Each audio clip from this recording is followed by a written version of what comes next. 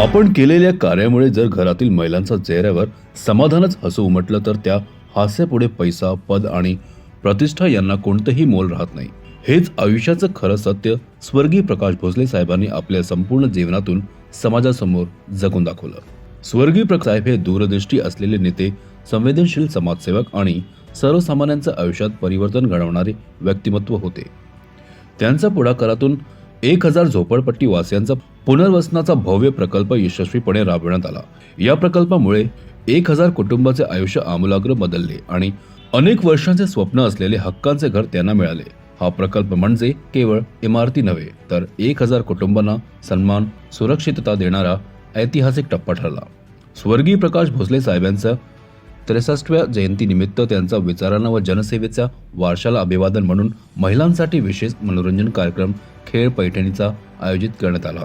या कार्यक्रमाला महिलांचा उत्स्फूर्त प्रतिसाद लाभला.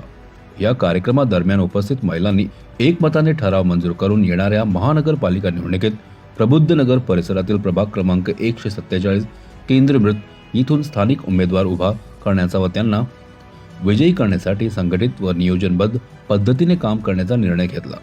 संघटन मजबूत करणे, जनसंपर्क वाढवणे आणि प्रत्येक मतदारापर्यंत पोहोचण्यासाठी ठोस कृती आराखडा राबविण्याचा निर्धार यावेळी व्यक्त करण्यात आला.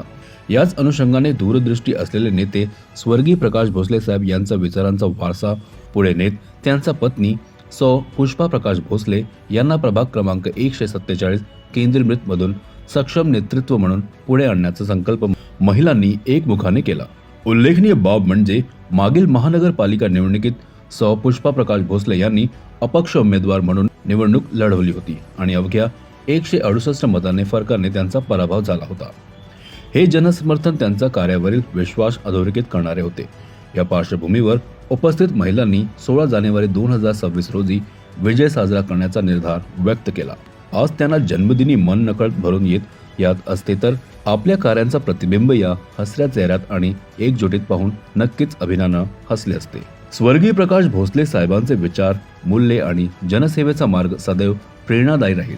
त्यांच्या आठवणी अमर असून त्यांचा वारसा पुढील पिढ्यांना दिशा देत राहील. हीच त्यांना खरी आदरांजली आहे. स्वप्नांचे शिल्पकार लोकनेते स्वर्गीय प्रकाश भोसले यांच्या 63व्या स्मृतिदिनानिमित्त एक अनोखा कार्यक्रम आयोजित करण्यापाठचं कारण असं की जी महिला सातत्याने घरातलं काम करत असताना अनेक गोष्टींना ती तोंड देत असते, त्या महिलेला कुठेतरी विरंगुळा मिळावा म्हणून सन्माननीय ॲडव्होकेट निलेश भोसले साहेबांनी हा खेळ पैठणीचा कार्यक्रम केला आणि हा कार्यक्रम करायला मला संधी दिली. एक प्रकारे मला आनंद झाला आणि हा माझा 51वा कार्यक्रम आहे. 51वा कार्यक्रम आणि 51व्या कार्यक्रमामध्ये ज्या पद्धतीने मला अपेक्षित सहकार्य होतं किंवा जो मला अपेक्षित होतं ते सगळं मला या महिलांनी दिलं.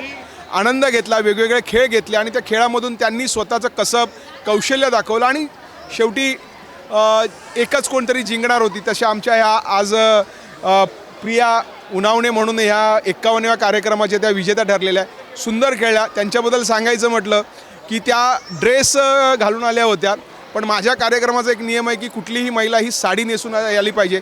मी त्यांना सांगितलं घरी जा आणि तुम्ही साडी नेसून या आणि त्या साडी नेसून आणि त्या विजेत्या आल्या. त्या मला सांगतात मला वाटलंही नव्हतं की मी जिंकणार आहे, पण त्यांनी त्यांच्या कृतीतून दाखवलं जर एखादी महिला जर काही ठरवलं तर ती काय करू शकते. याचं उदाहरण म्हणजे 51व्या कार्यक्रमाच्या विजेत्या प्रिया उनावण्या.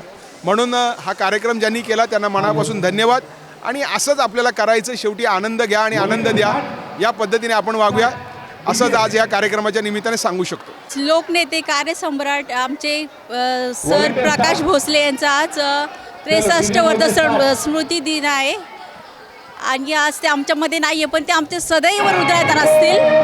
आणि सर निलेश भोसले यांनी पण आज महिलांसाठी हा कार्यक्रम ठेवला आहे, त्याचा खूप आम्हाला अभिमान आहे आणि अभिनंदनीय आहे आणि खूप जास्त म्हणजे खूप खुश आहोत आम्ही महिला मंडळ.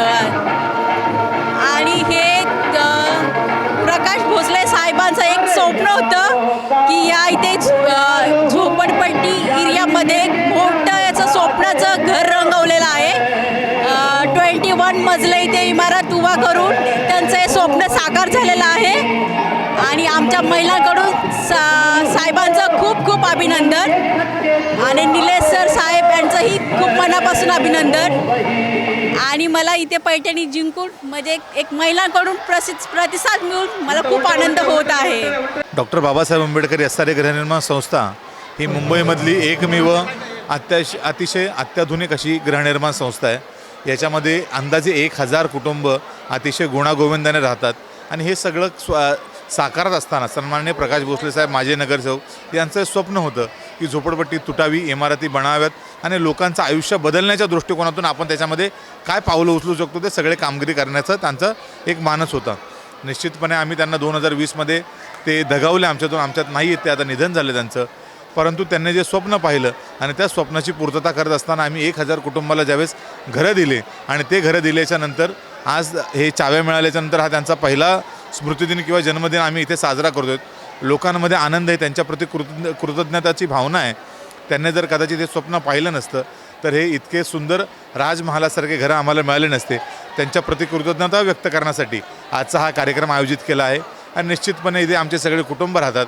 आमच्या महिलांचा याच्यामध्ये मोठा सहभाग आहे आणि त्यामुळे महिलांच्या होम मिनिस्टर किंवा खेळ पैठणी अशा कार्यक्रमाच्या माध्यमातून महिलांचा आनंद अतिशय आणखी 100 पटीने कसा वाढेल या दृष्टिकोनातून ह्या कार्यक्रमाची आम्ही राबवण्याचा कार्यक्रम केला. बृहन्मुंबई महानगरपालिकेच्या प्रशासनामध्ये जाणे हे निश्चित एक खूप जबाबदारीचा भाग आहे.